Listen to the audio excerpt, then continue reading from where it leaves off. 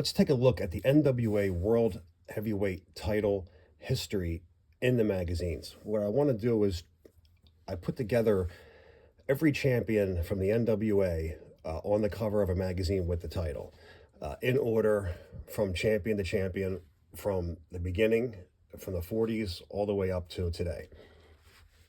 This was a pretty difficult task to do. I'm going to do my best and try to explain everything the best that I can.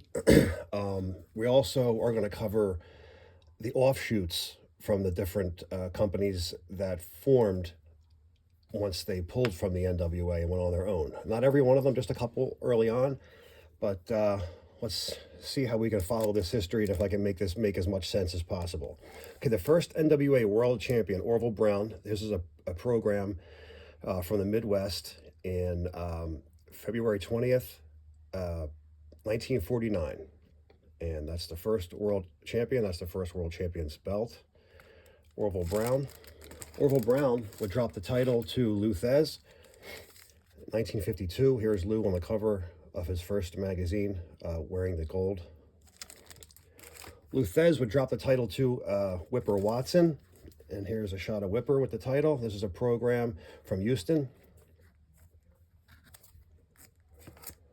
Whipper would drop the title back to Lou Thesz. Here's where things get a little bit different. Lou Thesz drops the title to Carpentier. Carpentier became the world champion, pinning Lou Thesz. The NWA decided not to recognize that title switch. Thus, Lou Thesz takes the title, carries on in the NWA as the champion, and Carpentier takes the title south to the Los Angeles area, and they form the WWA and form their own world heavyweight champion out of Los Angeles. So this is Carpentier winning the NWA belt, which became the first WWA belt, which had a pretty nice long history in it of itself. We'll take a look at a few of those champions. Carpentier lost it to Freddie Blassie. This is a program from the Garden with Freddie with the Pacific title. Blassie would drop it to Ricky Dozan. And here's a shot of Ricky winning that title. He would lose it back to Blassie. Would go back and forth a little bit. Blassie would lose the title to the Destroyer. Here's the Destroyer with that WWA title. Destroyer would drop the belt to Dick the Bruiser. And notice the title change is a little bit different. Kind of changed it around, made it a little bit bigger with the plate on the bottom. The Bruiser would drop the title, if I understand my history correctly, to Pedro. They would not recognize it. The Bruiser didn't recognize the title loss. Thus, he went on his own and formed the WWA out in Minnesota, out in the Indianapolis area. So when he left, took the title with him, Pedro became the next champion, and here's the next style belt that they had for the WWA, which I thought was a really nice looking belt. Pedro would drop the title to Crazy Luke Graham. There's Crazy Luke on a program from Dallas. Cowboy Bob Ellis is also here pictured after becoming the next champion on the corner with that title on the cover of the Rings Wrestling, and he would lose it to Bobo Brazil as the WWA World Champion. That continued on for a few more years, and eventually they ended up rejoining back with the NWA and merged the two WWA, NWA titles back together to make one NWA World Champion. So let's go back 8 more years to where Lou Thesz was still considered the champion and didn't lose to Carpentier. So we have Lou Thesz as the world champion. Lou Thesz loses the title to Dick Hutton. Let's put this back a second because now it gets screwy again. Lou Thesz owned the belt and brought the title with him to Japan to establish wrestling in Japan. So when he went to Japan, he was still considered the world champion, even though Dick Hutton won the title. Thesz goes to Japan to face Ricky Dozan, to face the Japan Pro Wrestling Champion. This was a first title versus title in the NWA overseas.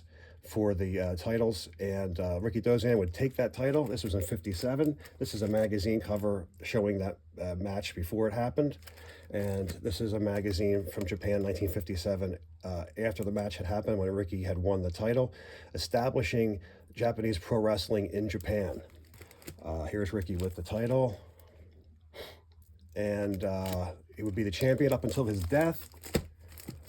Long story short, because this brings into another extremely long history, because of Lou Thesz bringing the title there, bringing the credibility to Japan, Ricky Dozan winning the title after his death spawned the Giant Baba with All Japan Pro Wrestling, and there is his world title, and Antonio Inoki formed New Japan Pro Wrestling, and here is the NWF title.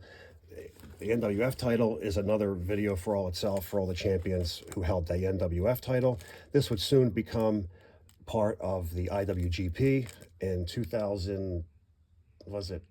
I forget what year, 2007 maybe, when they merged the NWF and the IWGP. Okay, so let's get back to the NWA again. Here's Dick Hutton. This is the only magazine cover with Dick Hutton on as the champion. Very difficult to find him on a cover, and he was the only champion to be crowned the champion and not have a belt, because, like I said earlier, Lou Thesz took the belt with him. He would pose for pictures with his Ohio State title that he had for a little while, just for photo ops, but he was the beltless champion, and it's ridiculous. The guy should have had a belt. That's pretty bad, you know.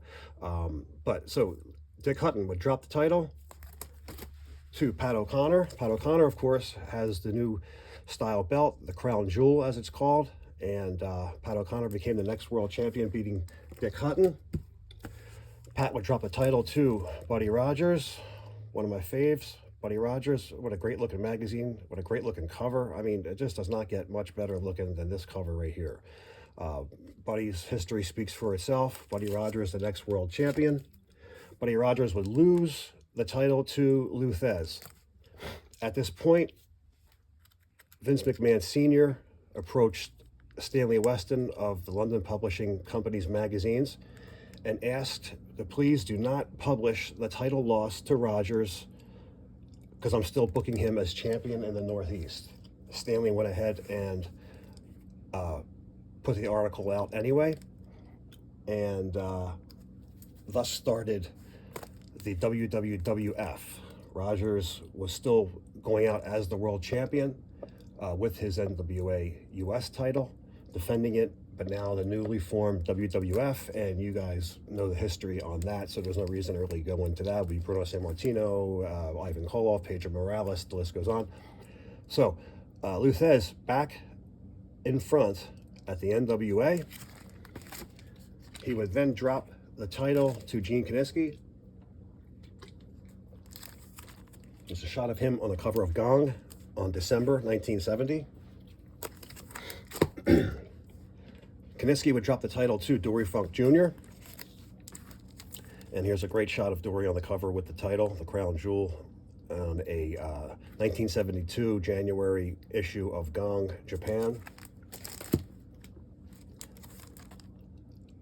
Dory Funk would drop the title to Harley Race. Here's a rare shot of Harley Race on the cover with the Crown Jewel title. These two would square off, and the winner would come out, Harley Race on top. And here's Harley's first shot of him with the 10 pounds of gold.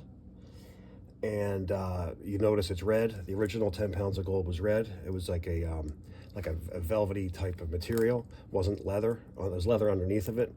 Harley, he said he hated that belt. He called it the Mickey Mouse belt. I thought it was pretty funny. But that's the original look of the 10 pounds of gold. He would drop that title to Jack Briscoe. Here's a cover on the cover of Gong again. Gong had great coverage of all of our championship title matches, way better coverage than any of our magazines did. They really showed respect for this NWA world title and their champions. This is just seconds before Harley lost the belt. You notice in his hand he has the Crown Jewel. The belts are being switched out in the ring the night Jack won this title. So that's a pretty cool history piece that they grabbed. This is just a picture of all three champions together, and Jack showing off the red velvet belt. with Dory and Harley all on one cover. All 3 consecutive champions in a row on a really cool looking background of red. I thought it was a really cool cover. Jack would drop the title to the Giant Baba in All Japan. Jack would take that back, and now he is the holder of the black leather belt. Another fantastic looking cover. I mean, it just does not get any better than the Japanese covers, man. They were just gorgeous magazines. Okay, moving forward, we got Briscoe dropping the title to Terry Funk. This is autographed by Terry Funk, Inside Wrestling. Funk would drop the title back to Harley Race, and Harley is now holding another version. His first time holding the 10 pounds of gold black leather, and Harley took the title back. I love this cover too. Just a great shot from 1977, and this is Pro Wrestling Monthly from Japan. Harley would drop the title to Dusty Rhodes. This is a Grapevine program from Florida, when Dusty winning the title. And here's Dusty's first magazine cover with the title, posing on the cover of Victory Sports Wrestling Annual 1980. The title will quickly go back to Harley Race. As you can see, the title goes from Race to Rhodes to Race again. That was a pretty quick, just a few days, maybe a week long. He held the title, not very long. And here's is Harley's first shot back since regaining the title. This is a locker room shot, him holding up the belt. And this is January 80s issue of The Wrestler, and it's autographed Harley Race, 8-time NWA World Champion at the bottom. Harley would drop the title to the Giant Baba once again. Giant Baba, this was a title versus title. NWA versus, which was the Pacific Champion Wrestling belt. It's basically the All Japan Wrestling title. And the Giant Baba would take that title for another short run, as Harley was right behind him to take the title back. This happened in Japan, obviously, and here's just the Japanese coverage of the title switch, and went back to Harley. Harley came back to the States and lost the title to Wildfire Tommy Rich. Here's Tommy Rich, a great shot, great cover, great belt cover, and it's autographed by Wildfire Tommy. Just a great looking magazine from 1981. The rematch. Am I good enough to beat Harley again? On my buddy Scotty Richardson's magazine for Wrestler Weekly Presents, underneath this, Harley wrote, "No, you're not," which I thought was just awesome. You don't get any better than that. But here's a picture of the rematch, and Tommy will not take that title back. It would go to Harley Race once again, and the Japanese coverage showing Harley on the cover with the 10 pounds of gold. But waiting in the wings once more was Dusty Rhodes, and Dusty Rhodes would take that title back from Harley once again, and this is autographed by Harley. And enter the Nature Boy. Ric Flair wins the world title, beating Dusty Rhodes. This is a Grapevine program from Florida Championship Wrestling. This is Ric Flair's first cover as the world champion. It's also autographed by Ric. There's a match between Dusty and Ric on the cover of Inside Wrestling, January 1982. Ric Flair would have a match with Wildfire Tommy Rich. This is autographed by both men. The magnificent battle of the Golden Boys, NWA's #1 challenger versus the NWA World Champion. This is Flair's first PWI cover as the world champion, autographed by Ric. Pretty cool classic shot. Rematch would take place between Ric Flair and Harley Race. Not a rematch for the title. This is their first match for the title, and Harley would take the title back, setting up what would become Starrcade later on. This is autographed by Harley and Ric, and this is one of my favorite magazines of all time. This is my favorite feud. Harley Race was one of my favorite wrestlers of all time. Really loved Harley growing up as a kid. This is Harley's first and sadly his last PWI cover as the world champion. He autographed that 8-time world champion. Would be sorely missed, but a lot of great wrestling was ahead when Ric Flair took the title back at a Starrcade 83. And here is a picture of the steel cage match of Flair winning the title back from Harley. Sorry, back, not from Harley, but defeating Harley for his second time. This is also autographed by Greg Valentine and Ricky Steamboat. This is an event program from Starrcade 83, the granddaddy of them all, the biggest pay-per-view, I guess if you wanted to call it that, closed circuit arena. This is the kickoff of all the pay-per-views. This was the very first in 1983. And in my opinion, it was the very best of any pay-per-view ever put out between now and yesterday. Just a fantastic event. This is autographed a whole bunch inside by Hulk Hogan.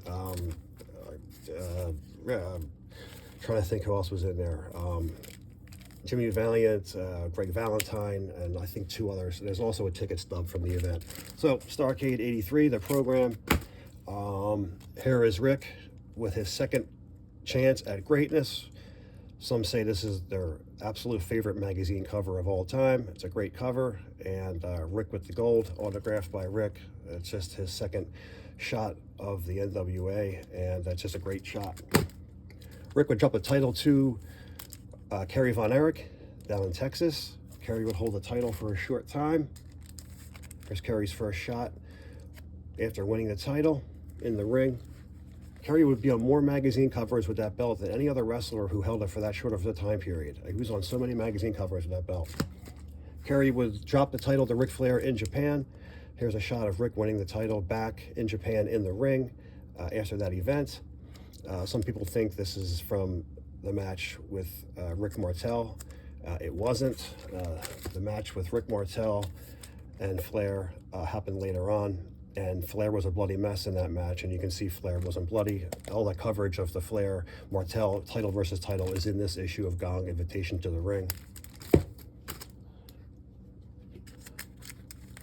After returning from Japan, Flair brings the title for the first time back to the Meadowlands, not since the 60s when Buddy Rogers was champ. That event was called the Night of the Champions. And here is a program from that event, Night of the Champions at the Brendan Byrne Arena, which is the Meadowlands Arena, East Rutherford, New Jersey. Flair would drop his title to Dusty Rhodes at the Great American Bash 86.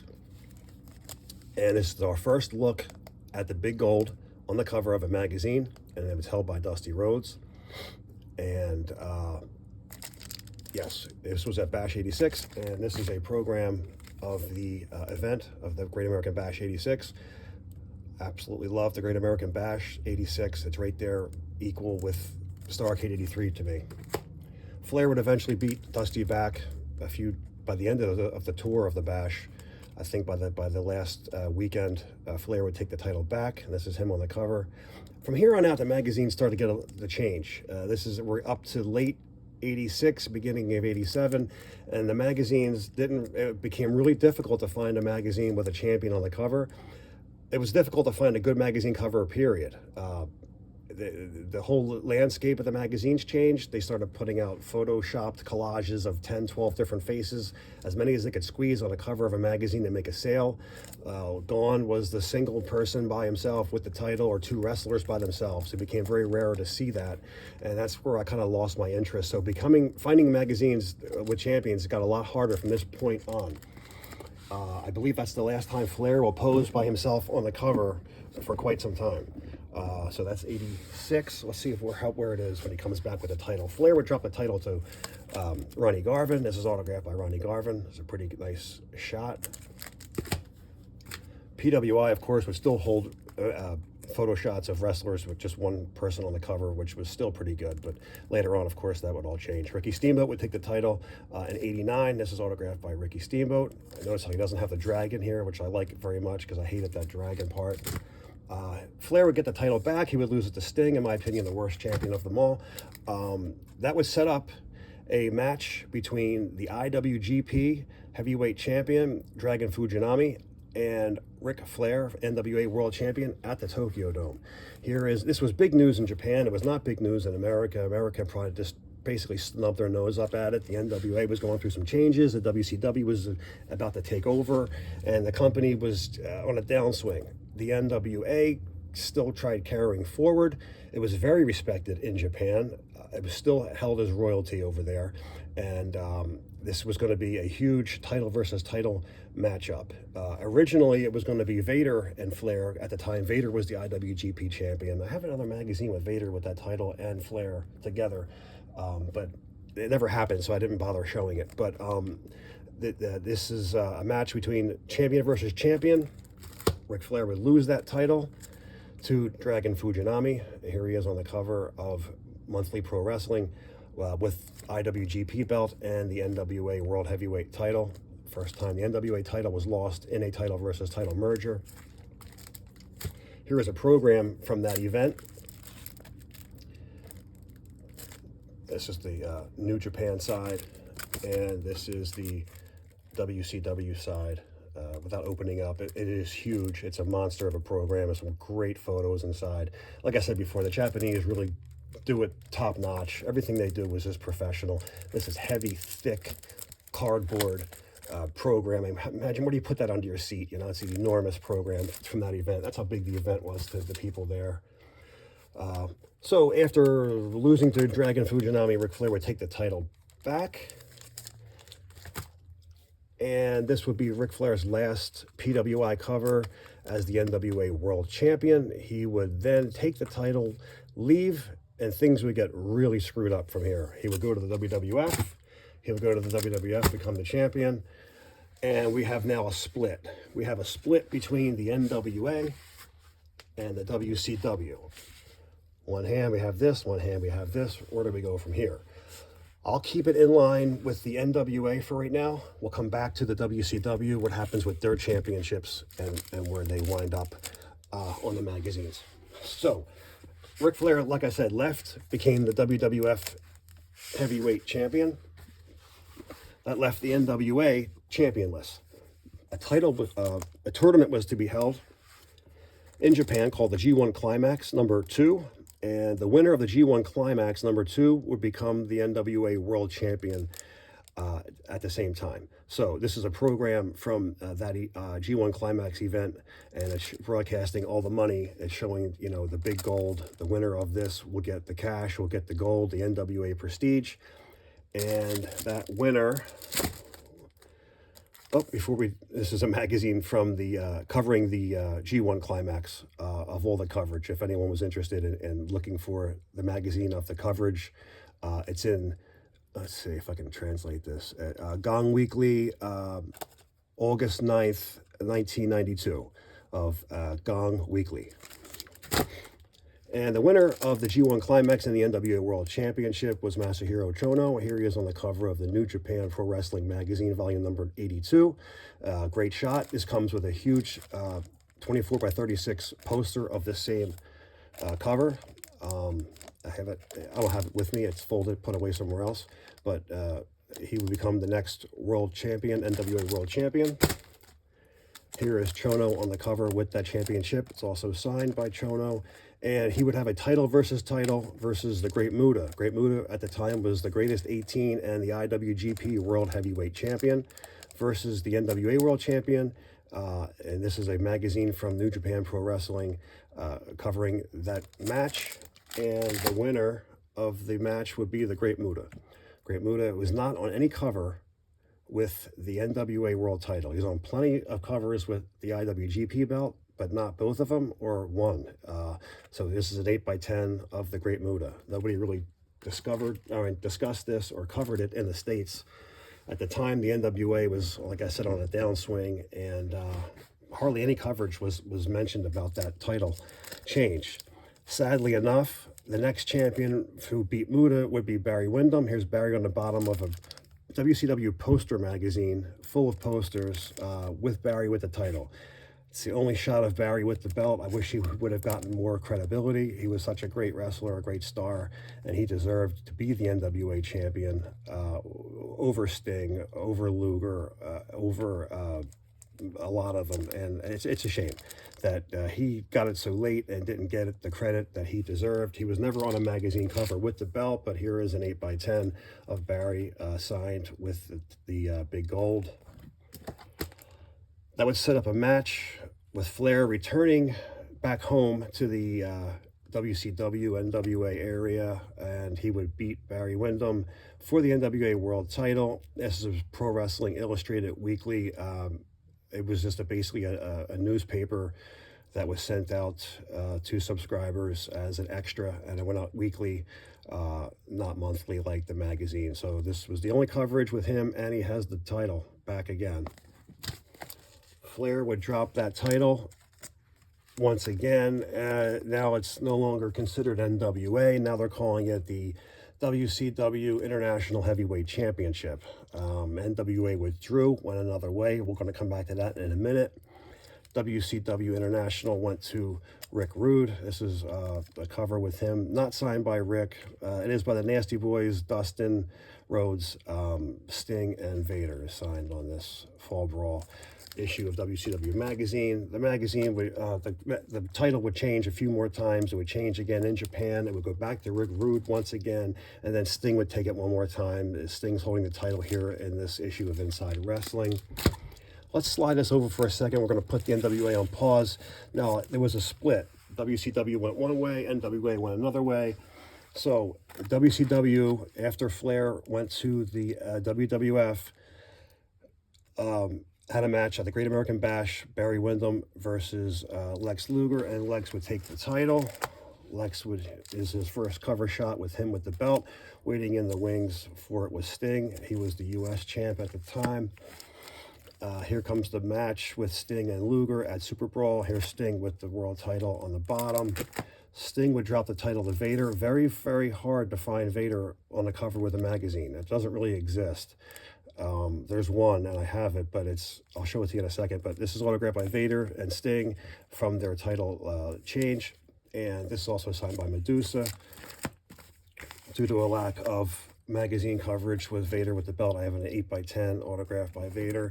Vader would drop the title to Ron Simmons. This is autographed by Ron Simmons, first Black World Heavyweight Champion. I love Ron Simmons. I love Butch Reed. They're two of my favorites back in the WCW days. Vader would take the title back from Simmons. This is Pro Wrestling Weekly again. That's covering that title change.